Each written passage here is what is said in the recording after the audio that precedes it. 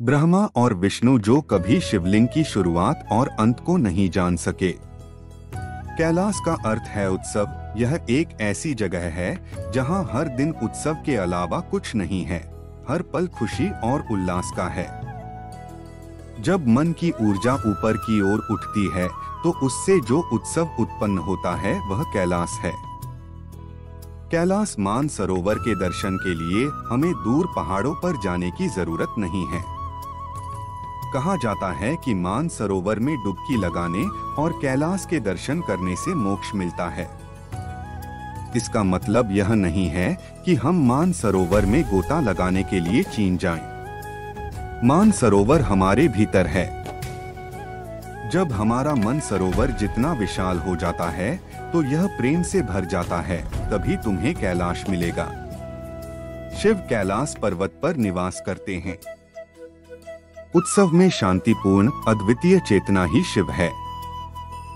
एक प्राचीन कथा के अनुसार ब्रह्मा और विष्णु ने शिवलिंग के सिर और पैरों की खोज शुरू की। ब्रह्मा को शिव का सिर ढूंढने का काम सौंपा गया और विष्णु को शिव के पैर ढूंढने का काम सौंपा गया। सभी देवता इनके शुरुआत और अंत को लेकर उत्सुक थे। ब्रह्मा ने अपनी यात्रा शुरू की और वे आगे बढ़े। कई लोग पीछे छूट गए और कई युग बीत गए। फिर भी ब्रह्मा शिव का सिर नहीं ढूंढ पाए। सृष्टि का अंत है। सृष्टि एक बिंदु पर समाप्त होती है।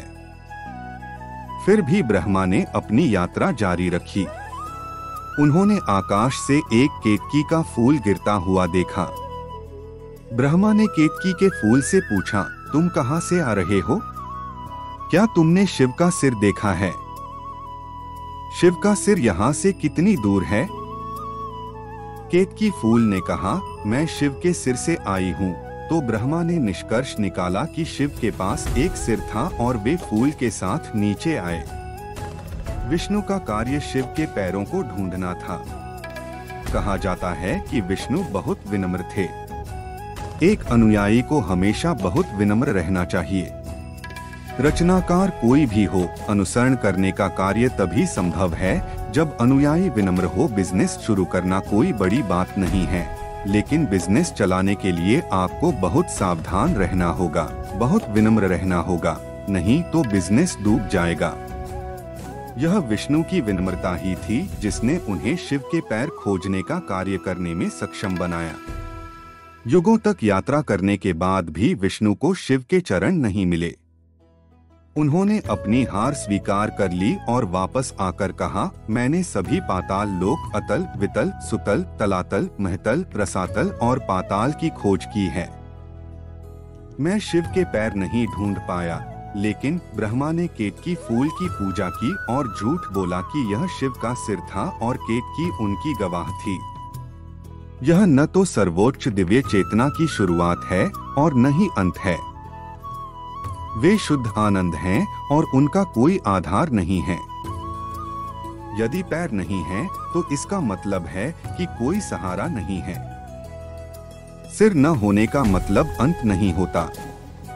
ब्रह्मा ने झूठ बोला तो सभी ने ब्रह्मा की पूजा न करने का निर्णय लिया।